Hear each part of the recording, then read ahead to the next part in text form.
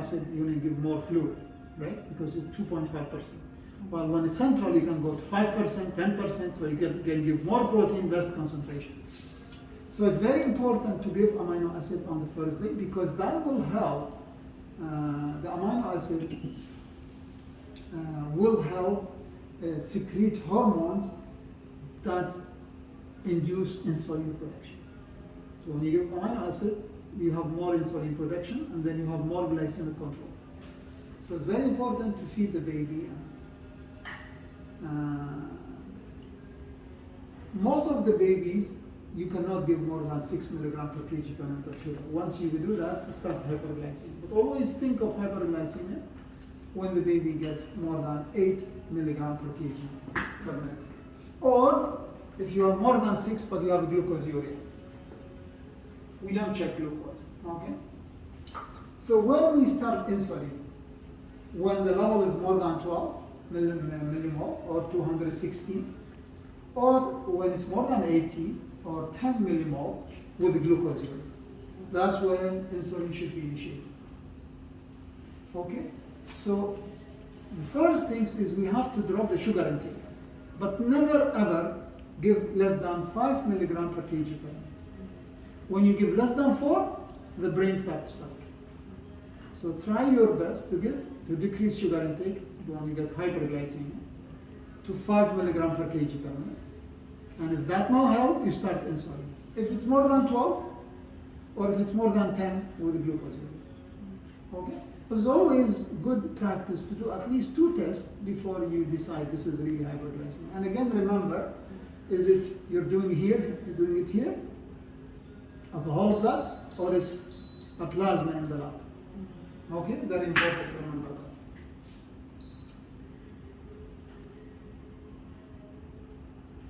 And remember, these babies are very sensitive to insulin.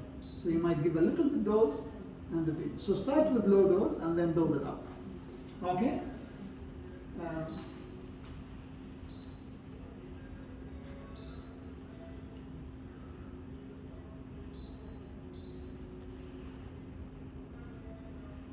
This is so. The question is don't do any. Always do sliding. So always do sliding. However, you need to jump if your glucose is 2.7 millimole in the first 3 days, or it is 3.3 millimole after the third day. In that, you jump to stop insulin. If it's more than that, I think 2.7 is around 55 or 59, I'm not sure, milligram per deciliter, just multiplied by 18. If that's the case, then you stop. So if it's more than 2.7 in the first 3 days, or more than 3.3 after 3 days, you don't need the jump. You continue doing sliding. Okay,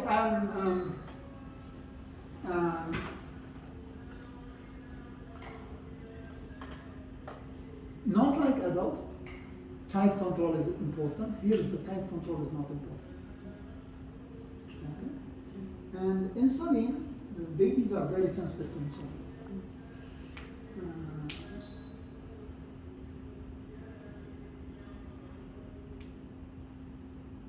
Controlling the sugar and free use of insulin seems that improves a lot.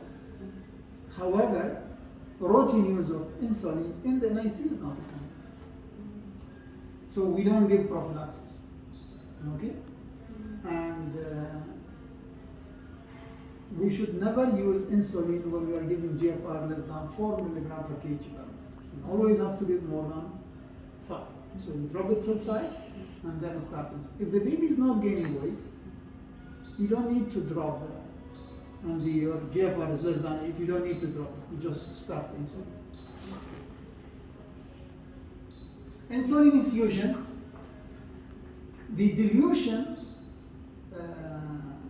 usually dilute small amount, so 10 units, 15 units, okay? And then you can use this, not a must to use this, but this is a very good way to use it. So take 15 units of regular human insulin, which is 0.15 ml, and add to a 29.585, so you get 30 ml total, which means you'll get 0.5 unit per ml, and you can run which is equal to 0.1 unit per 2 mol. So, But we are giving 0.0. so you can dilute it more. But this is, so if you add 30 more, okay, if you add 30 double, then you can get 0.05 per 2 mol, which means 0.025 per 0.1. Yeah, you can add 30 mol to it. The most important is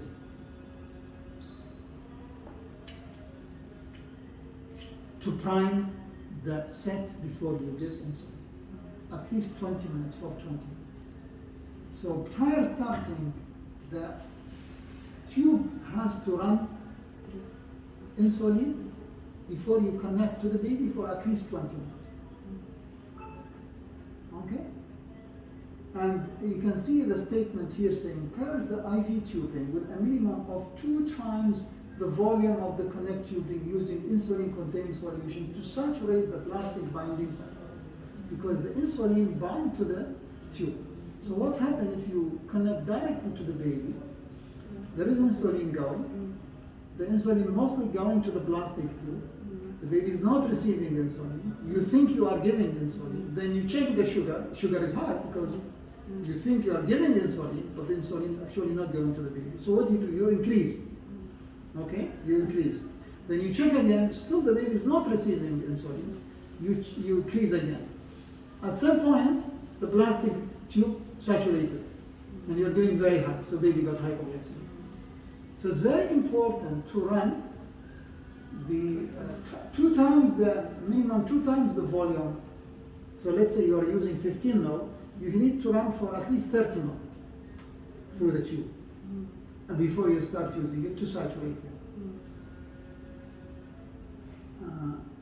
Please not priming the tube times 2 may cause no early response than sudden drop of sugar.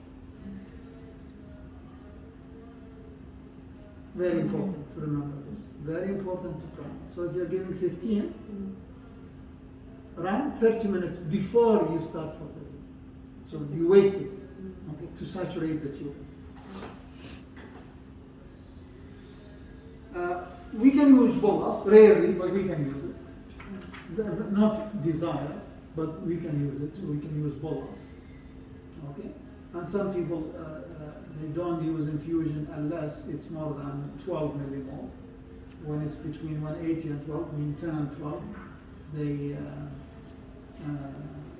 they might use low dose. I won't suggest that to use it here in the unit boluses because it may have a problem.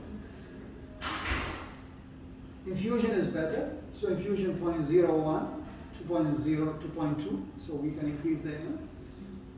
The usual rate need is 0.05, but maybe you can use this. Okay, remember that vital to prime the tubing times 2 to prevent the delay in response to hyperglycemia. The flow rate, this is how to do the flow rate if you want to do. So this is an example. If you want a dose of 0.05 unit per kg per hour and the weight is 600 grams, 0.6 kg, then 0.05 times 0.6, it will be 0.03 unit per hour. Concentration should be is 25. But you always can change that, okay? And the flow rate ml per hour is the unit per hour divided by the concentration into 0.06 ml per hour.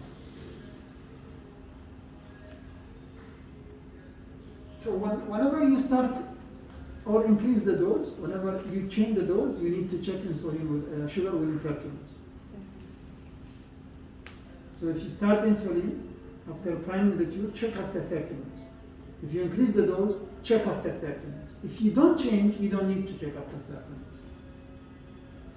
If no adjustment, so you do it every 1 to 2 hours. Very important to remember this. Whenever the glucose is, if you start the glucose, remember we start when it's 12 millimole or 260 or 10 or 180 and with the glucosuria. But for the increment, you use the number 180, which is 10 millimole to increase or adjust the dose. Okay? And you need to adjust the dose according to the increment. So if the increment is very slow, like let's say previously 180 and now 215, you increase by 0.01. But if it's 180 and now it's 250, you need to increase by 0.02. Don't jump big jumps. So either you increase with an increment of 0.01 or 0.02. And then, so I'm repeating this, please prime the tube twice before infusion. So it's very important to do that. Okay? If the sugar is dropping, but still above 180, drop by 0.01. Okay? But if the jump is 100, so let's say it was 300 and now 200, you decrease it by 0.02. So it's a big jump. And do not stop unless, and don't jump unless it's a dangerous level, which is 2.7 millimole first 3 days, and 3.3 when the baby is more than 3. To discontinue the insulin. So this is what mentioned here. So it's called sliding scale. So you go slow up and slow down. It's not jumping scale. So we don't jump. So that's up 0.01 or 0.02, down 0.01 or 0.02, depend on the level. Only jump when it is less than 2.7 for 3.8 for the first 3 days, and 3.34 after 3 days. Subcutaneous, we rarely use it. And oral sulfonylurea, we rarely use it unless it's diabetes. And usually we communicate with endocrinologists specialized in the diabetes. We take an opinion before we use these two medications, subcutaneous insulin, the intermediate, the Lispro, or oral sulfonylurea as oral hypoglycemia. We rarely use it. We only use insulin.